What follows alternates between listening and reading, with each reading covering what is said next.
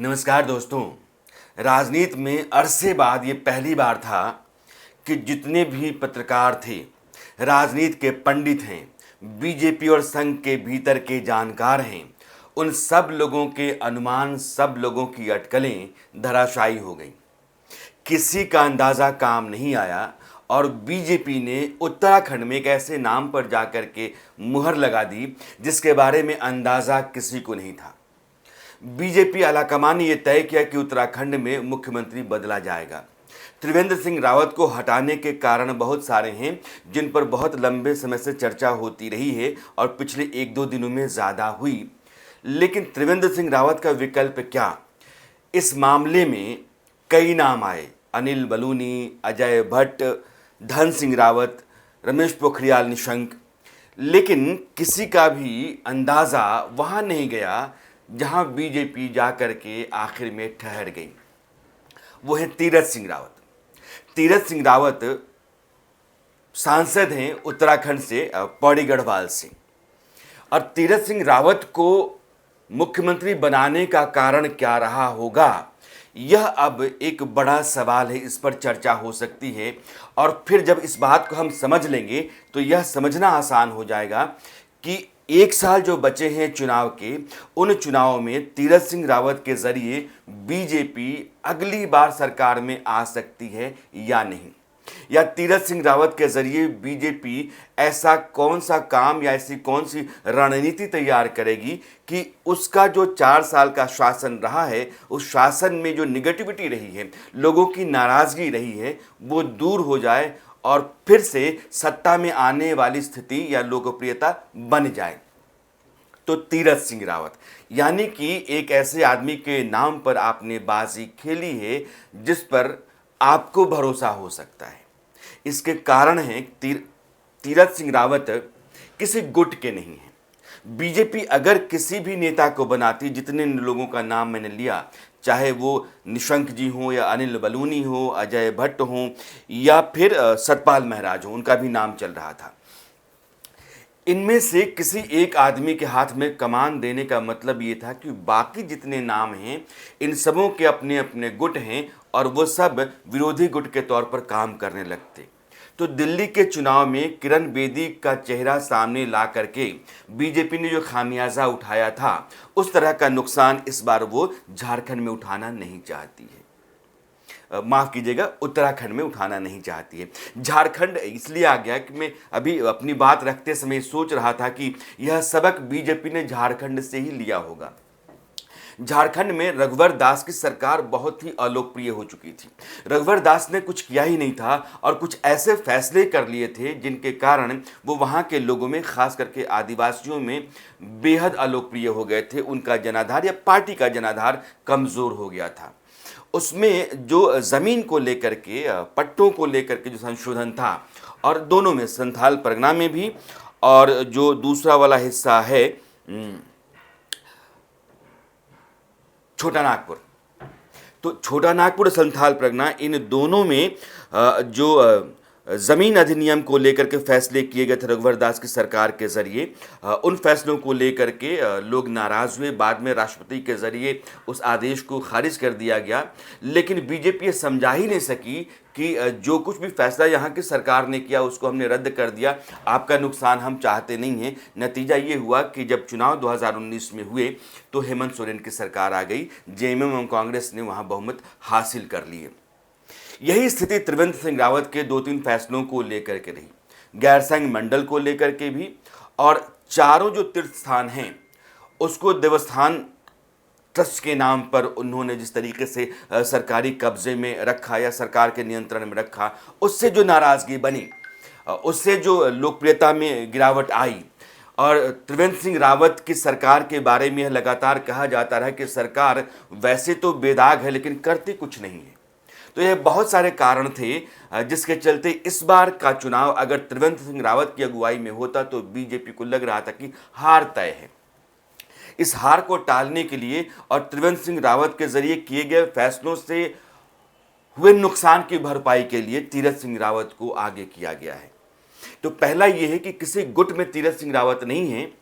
इसलिए यह तमाम गुट जो किसी और के चुने जाने पर सक्रिय हो जाते वो नहीं होंगे, यह बीजेपी अनुमान लगा रही है। उसको इस बात का भरोसा भी शायद होगा। हालांकि तीरथ सिंह रावत बीसी खंडूरी के शिष्य माने जाते रहे, उनके बहुत ही नज़दीक रहे हैं, लेकिन बीसी खंडूरी के खेमे के नेता हैं, यह दाग उनके ऊपर नहीं है, या बीसी खंडूरी खेमे का नेता वो नहीं माने जाते हैं, आप यह भी कह सकते हैं। तीरथ सिंह रावत की जो दूसरी बड़ी खूबी है वो ये है कि एक अनुशासित कार्यकर्ता हैं बीजेपी के और संघ के भी, क्योंकि संघ से बहुत लंबे समय से उनका जुड़ाव रहा है। वो संघ के बहुत पुराने कार्यकर्ता रहे हैं। अनुशासन का आलम ये रहा है कि 2012 में वो चौबट्टा खाल से विधानसभा का चुनाव जीते, लेकिन 2017 में लगभग 12 बड़े नेता कांग्रेस के बीजेपी में आए चुनावों से पहले। उनमें एक सतपाल महराज भी थे, और सतपाल महराज को चौबट्टा खाल सीट बीजेपी ने दे दी, और 2017 में विधानसभा का चुनाव तीरथ सिंह नहीं लड़े। कहा यह गया कि वो विरोध करेंगे, एतराज़ करेंगे, बागी हो सकते हैं, लेकिन उन्होंने ऐसा कुछ नहीं किया। नतीजा ये हुआ कि 2019 में जब लोकसभा चुनाव हो रहे थे तो पौड़ी गढ़वाल से बीजेपी ने उनको अपना उम्मीदवार बनाया। 2019 का लोकसभा चुनाव वो जीते और संसद में आ गए, और अब वो मुख्यमंत्री बनाए गए हैं। अनुशासित होने का मतलब ये है, कहीं भी विवाद नहीं है। मैंने पहले कहा कि गैर विवादित नेता हैं, और वो बीजेपी संघ के अनुशासित कार्यकर्ता हैं। यह बात कई दफ़ा उन्होंने साबित की है। अब तीसरी बात यह है कि एक राजपूत उम्मीदवार होना चाहिए था। उत्तराखंड में जो लड़ाई है वो ब्राह्मण बनाम राजपूत की लंबे समय से चलती रही है, और ब्राह्मणों का एक खेमा जो लगातार मुख्यमंत्री होता रहा, जैसे नारायण दत्त तिवारी हैं या बीसी खंडूरी हैं, वैसे ही राजपूतों का एक खेमा बार बार मुख्यमंत्री होता रहा, चाहे वो कांग्रेस हो या बीजेपी हो, जैसे हरीश रावत हैं या फिर त्रिवेंद्र सिंह रावत हैं। तो दोनों दल इन दोनों जातियों को विकल्प के तौर पर अपने मुख्यमंत्री के नाते चुनते रहे हैं। तो राजपूत हैं, यह भी बात सही है, इसलिए तीरथ सिंह रावत त्रिवेंद्र रावत का जातीय विकल्प है, और यह बीजेपी के लिए फिलहाल आने वाले चुनाव के लिए नुकसान का सौदा नहीं होगा। और चौथी बात यह है कि आदमी गढ़वाल का होना चाहिए। जो 70 विधानसभा सीटें हैं उनमें से 41 गढ़वाल में आती हैं और 29 आती हैं कुमाऊं में। और बीजेपी की जो स्थिति है वो गढ़वाल में बहुत मजबूत है, पिछले चुनाव में भी, और कुमाऊं में उतनी मजबूत नहीं मानती है बीजेपी। तो गढ़वाल से उसका मुख्यमंत्री होना चाहिए था, जहां 41 सीटें विधानसभा की होती हैं, और वहां से आते हैं तीरथ सिंह रावत। तो ये जो चारों बातें हैं, ये जो चारों शर्तें हैं, इन्हीं शर्तों पर खरा उतरने के कारण ही बीजेपी आलाकमान ने तीरथ सिंह रावत को मुख्यमंत्री के तौर पर चुना होगा। मुख्यमंत्री के तौर पर तीरथ सिंह रावत के सामने चुनौती क्या होगी, यह मैंने आपके सामने रखा, क्योंकि पिछले 4 साल में जो लोग नाराज़ हुए हैं, जनता की जो उम्मीदें टूटी हैं, बीजेपी के भीतर के कार्यकर्ता नेता भी जिस तरीके से नाराज़ हुए हैं त्रिवेंद्र सिंह रावत के कामकाज के तौर तरीके से, उन सब को ठीक करना, सहेजना, समेटना और लकीर पर ला कर के रखना, यह पहली और इकलौती जिम्मेदारी होगी तीरथ सिंह रावत की, और वो बड़ी है। यह जवाबदेही बहुत बड़ी है। कर्तव्य उनके ऊपर जो लादे गए हैं मुख्यमंत्री के तौर पर, वो आसान नहीं है, क्योंकि आपको अगले चुनाव में पार्टी की अगुवाई करनी है।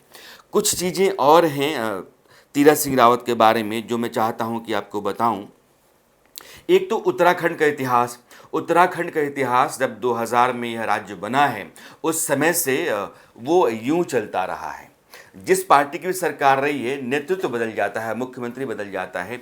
एक केवल नारायण दत्त तिवारी 2002 में जो चुनाव हुए थे, पहले चुनाव थे उत्तराखंड के 2002 में राज्य के बनने के बाद, तो उन्होंने अपने 5 साल का कार्यकाल पूरा किया था, 2007 तक रहे थे। 2007 में हुए चुनाव में बीजेपी पहली बार चुनी हुई सरकार उसकी बनी, और बीसी खंडूरी वहाँ के मुख्यमंत्री बने। लेकिन 2009 के लोकसभा चुनाव में बीजेपी का परफॉर्मेंस इतना ख़राब था कि नैतिकता का हवाला देकर के बीसी खंडूरी ने अपना इस्तीफ़ा दे दिया कि मैं अपने पद को छोड़ता हूं, क्योंकि पार्टी ने इतना ख़राब प्रदर्शन किया है तो कहीं ना कहीं मेरी भूमिका या मेरी लोकप्रियता यहाँ नहीं रही है, मैंने काम ठीक नहीं किया होगा। उसके बाद रमेश पोखरियाल निशंक मुख्यमंत्री बने। लेकिन आपको याद होगा 2011 के आसपास रमेश पोखरियाल निशंक को लेकर के बहुत सारे विवाद हो गए और बहुत सारे मामले आ गए जो विवादित थे, और उन विवादों और उन मामलों को लेकर के बीजेपी ने निशंक को कुर्सी छोड़ने को कहा, और बाद के एक साल में फिर से खंडूरी ने कुर्सी संभाली थी मुख्यमंत्री की। लेकिन वो एक साल उनके पास जो था वो कर ही नहीं पाए जिसकी उम्मीद के साथ बीजेपी ने उनको कुर्सी सौंपी थी। तो जब दोबारा चुनाव हुए तो 2012 के उन चुनाव में कांग्रेस जीत करके आ गई, और कांग्रेस की तरफ से, हालांकि हरीश रावत सबसे मजबूत कद्दावर नेता थे, देश भर में लोग उनको जानते थे उत्तराखंड के कांग्रेसी नेता के तौर पर, उनकी तमाम कोशिशों के बाद भी, ताकत लगाने के बाद भी, विरोध जताने के बाद भी कांग्रेस आलाकमान ने विजय बहुगुणा को मुख्यमंत्री बनाया। लेकिन विजय बहुगुणा भी 2 साल बाद कुर्सी छोड़ गए, या कांग्रेस आलाकमान ने कुर्सी छोड़ने को कहा। उसके बाद हरीश रावत मुख्यमंत्री बने, उनका सपना मुख्यमंत्री बनने का उत्तराखंड का पूरा हुआ। 2 मुख्यमंत्री कांग्रेस ने भी बदले, जिस तरीके से 2 मुख्यमंत्री बीजेपी ने बदले थे। इसके बाद जो चुनाव हुए उन चुनाव में बीजेपी जीत करके आई। 2017 का चुनाव, और 2017 के चुनाव में त्रिवेंद्र सिंह रावत को मुख्यमंत्री बनाया गया, और अभी तक का उनका जो शासन रहा है, किसी भी बीजेपी के मुख्यमंत्री ने उत्तराखंड में इतने लंबे समय तक शासन नहीं किया है। यानी कि छोटे छोटे टुकड़ों में ही सबने किया है। किसी का कार्यकाल नारायण दत्त तिवारी की तरह पूरा तो नहीं हुआ, लेकिन त्रिवेंद्र सिंह रावत उसके बाद सबसे लंबे समय तक मुख्यमंत्री रहने वाले नेता हैं।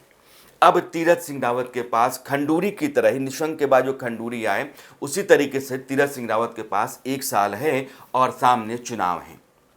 इस बार आम आदमी पार्टी भी उत्तराखंड में अपनी पूरी ताकत झोंके हुए है, और उसने भी अपनी ज़मीन धीरे धीरे मजबूत करनी शुरू की है।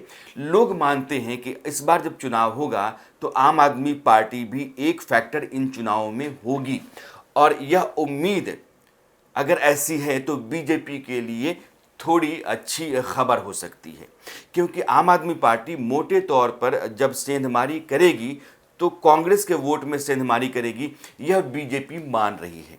लेकिन उत्तराखंड का जो सामाजिक समीकरण है, जहां मुस्लिम मतदाता नहीं है, जहां 50% से ज़्यादा वोटर राजपूत है, और उसके बाद आदिवासी वोटर भी वहां हैं, जौनसारी इलाके का वोटर वो भी अहम रोल अदा करता है, तो उसमें ये तीनों पार्टियां उसी वोट बैंक में दखल देंगी या उसी वोट बैंक में हिस्सेदारी अपनी रखेंगी जो उत्तराखंड का पूरा है। वो बिहार, उत्तर प्रदेश और पश्चिम बंगाल जैसा सामाजिक समीकरण रखने वाला राज्य नहीं है। लेकिन तीरथ सिंह रावत की अगुवाई में बीजेपी अगर जीत जाती है, अगर वो अपनी सरकार को अगले 5 साल के लिए भी कंटिन्यू कर लेती है, तो यह अपने आप में बहुत बड़ी कामयाबी होगी, और तीरथ सिंह रावत उत्तराखंड के ऐसे मुख्यमंत्री होंगे जिनके ऊपर पार्टी ने अपनी उम्मीद लगाई और नैया पार हो गई। यह काम ना खंडूरी कर सके, यह काम ना हरीश रावत कर सके, और यह काम इसके पहले किसी और ने किया ही नहीं। इसलिए तीरथ सिंह रावत पर बीजेपी संघ और उससे जुड़े हुए तमाम रणनीतिकारों का जो दावा है या जो भरोसा है वो खरा उतरे, इसकी कोशिश तीरथ सिंह रावत, उनके अपने सलाहकार और बीजेपी के तमाम रणनीतिकार करेंगे ज़रूर। आज के लिए इतना ही। हमारी मुलाकात फिर होगी आपसे कल। मुद्दा नया होगा, मसला नया होगा। तब तक के लिए नमस्कार।